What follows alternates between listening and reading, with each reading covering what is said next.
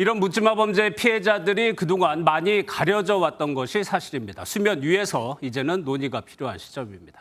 사회부 선한빛 기자 나와 있습니다. 어서 오세요. 예. 경제적 지원 같은 경우에 얼마나 마음의 상처를 치유하겠냐 싶지만은 그래도 국가가 지원해 줄 수는 있는 겁니까? 네, 결론부터 말씀드리면 가능합니다. 앞서 리포트로 보신 이번 사건으로 가족을 잃은 유족 측 그리고 현재 뇌사 상태에 빠진 피해자 측 등 모두 국가의 경제적 지원을 받을 수 있을 것으로 보입니다. 이번 사건과 관련해서 법무부에서 직접 공식 입장을 내놓았는데요. 법무부는 한동훈 법무장관이 서현역 흉기 난동 사건 피해자의 입원비 등을 지원하기 위해 모든 방법을 동원해 피해자 지원을 제공할 것을 지시했다라고 밝혔습니다. 각 검찰청의 범죄피해구조심의회라는 심의기구가 있는데요. 이곳의 심의를 거쳐서 구조금을 최대 1억 6천여만 원까지, 치료비는 최대 5천만 원까지 지원받을 수 있습니다. 예. 그러면 얼마 전에 롤스로이스 사건이라는 게 있었는데 여기서도 피해자가 있었고요. 네. 외형적으로 비슷해 보이긴 합니다만 이런 피해자분들도 지원을 받을 수 있어요? 예, 방금 말씀하신 사건은 서울 강남에서 롤스로이스 차량을 몰고 가다가 인도로 돌진을 해서 여성을 다치게 한 사건이었죠. 이 피해 여성도 뇌사 상태에 빠진 걸로 알려져 있습니다.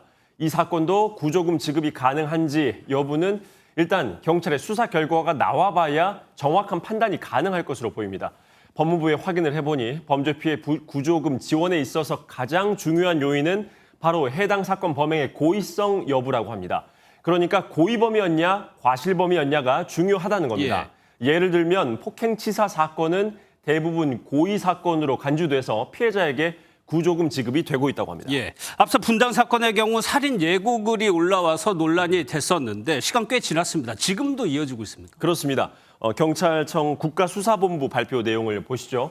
어제 기준으로 전국에서 살인 예고글이 315건 적발됐습니다.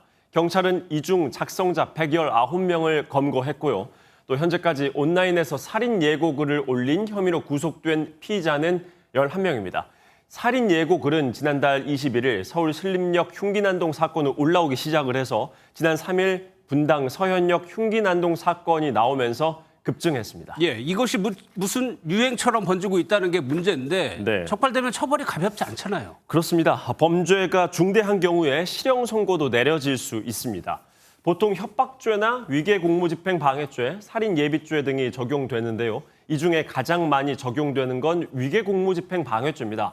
예를 들면 공공기관의 민원을 들어주지 않는다면서 불만을 품고 화염병을 던지겠다라는 글을 올린 A씨는 지난 2021년 법원에서 징역 6개월에 벌금 10만 원을 선고받았습니다. B씨의 경우 지난해 8월 이슬람 국가 IS 전사라면서 자살 폭탄 테러를 예고했다가 법원으로부터 벌금 500만 원에 집행유예 2년을 선고받기도 했습니다.